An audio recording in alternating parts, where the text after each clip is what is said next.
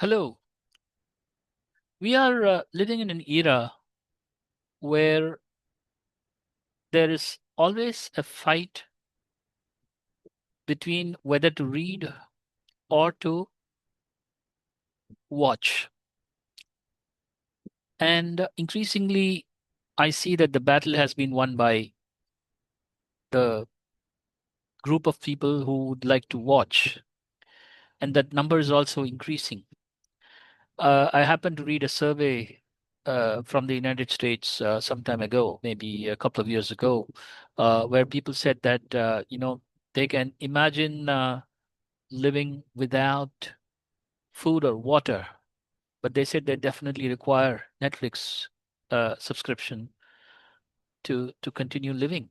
So that is the extent of emotional investment that we see in watching. But does it mean that reading has become irrelevant?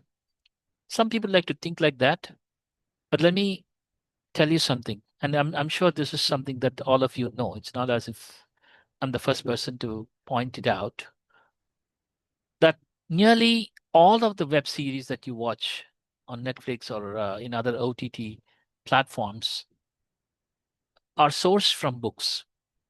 Immediately what comes to my mind is The Queen's Gambit and uh, J.R.R. Tolkien's Lord of the Rings, or there are lots of things, crime drama, or whatever you think of. The source is always a book. That shows that the written word still has an influence over all other forms of content that we consume.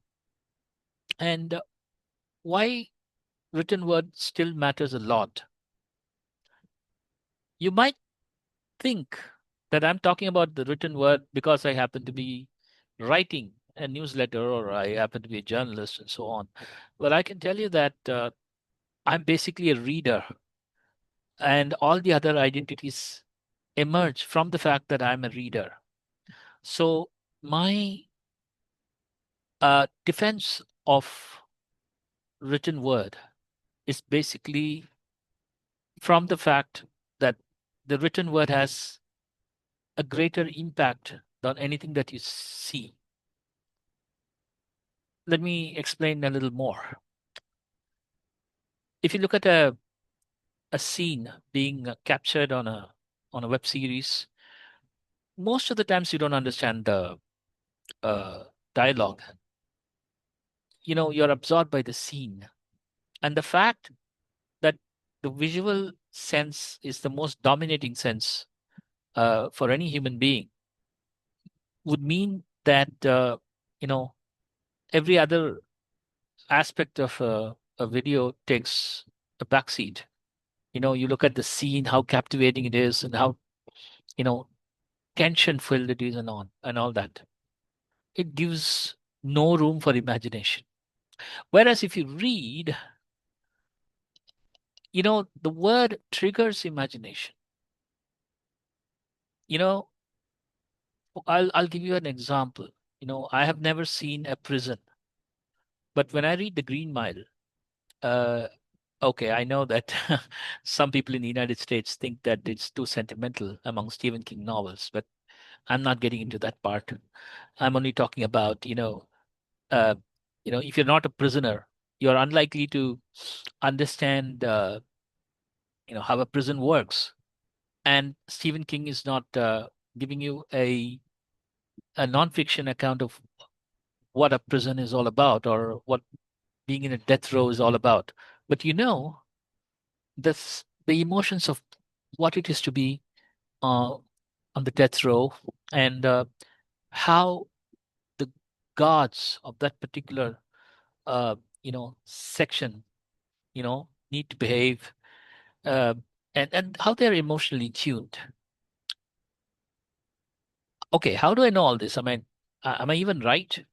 May not be. I don't think I'm factually right, but you know, you get that space for imagination where your mind gives you uh, you know, a visual sense of the word that's being written. So you have the freedom to imagine pretty much whatever you want to be from the written words. What does it do to you? It allows you to get the words, get the, phrases, sentences, and everything that's written to describe something of your own. So there is a direct correlation between reading and writing. Whereas you can't say the same about, anything that you watch visually, okay? Unless you are a writer or you have the habit of maintaining a journal, it's very unlikely that you're going to write down something about a web series that you watch, or maybe you should be a reviewer or a critique. Otherwise, I mean to say a critic. Otherwise, it is basically not something that's going to trigger this urge to express. Words definitely trigger the urge to express. And also, it has a direct influence on how you speak or how you put sentences together as a speaker. I'm not someone who's born in a country where English is spoken um, on the streets. I would say that we are alien to English language because we're being ruled by the British. You see the influence of English in everyday life, the influence of English in our own, um, native languages. But on top of it, if I could learn English, it is basically because of reading and listening to people, of course. That is pretty much the influence of, the written word.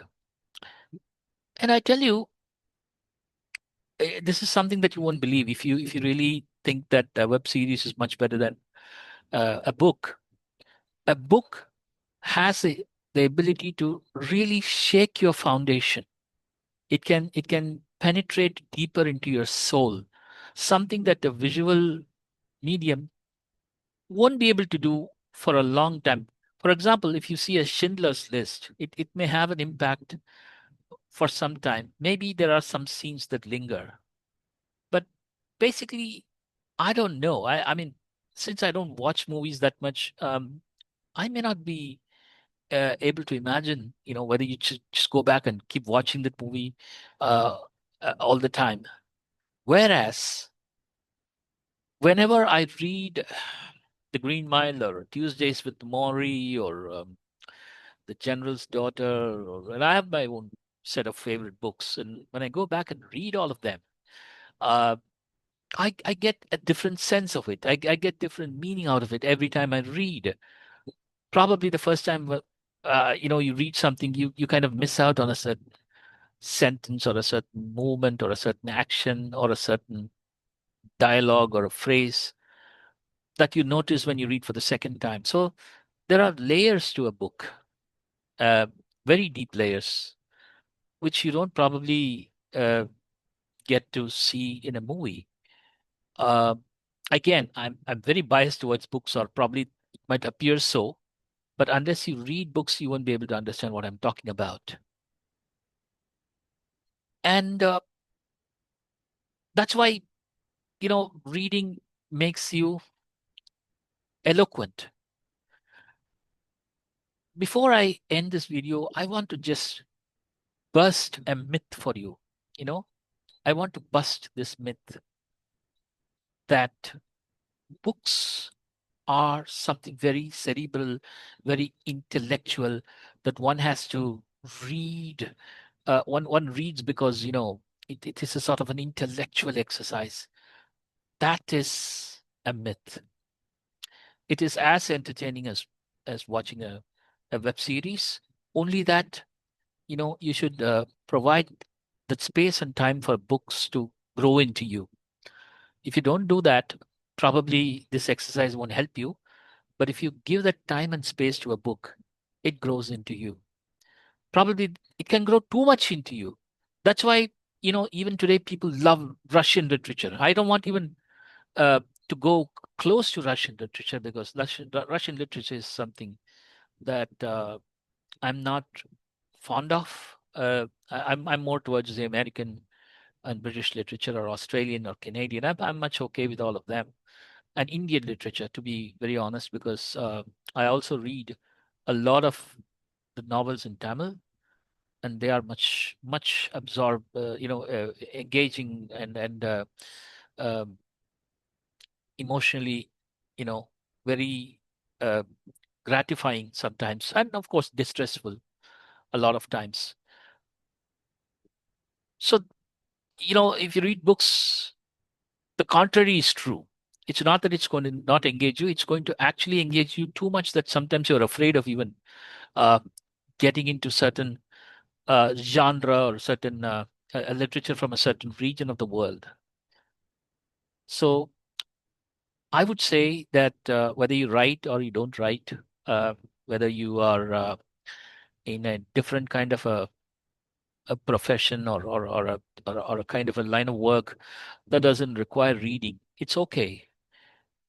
Read, and keep reading as an essential part of your life, for the simple reason that, you know, every human being requires a certain depth of emotional engagement, so that he or she understands, what it is to live a life in a certain different perspective, and also, you know, learn to sort of be eloquent about, life itself. I'm not saying that reading necessarily improves your communication, but yeah, if the words that you read, uh, you know kind of jump into you and allow you to express yourself better, then why not? I mean, you can actually do the reading and understand what it is to read. So this is in defense of the written word. My name is Subramani. I'm a journalist. I write, and I passionately read. Passionately, in a sense, I sometimes I don't have any other entertainment. I just read, and I'm totally blind. That doesn't make me alien to books. There are audiobooks, there are ebooks, and in both formats, I read. And that's probably the best way I realize the value of the life that I lead. Thank you very much, and I'll see you once again next time.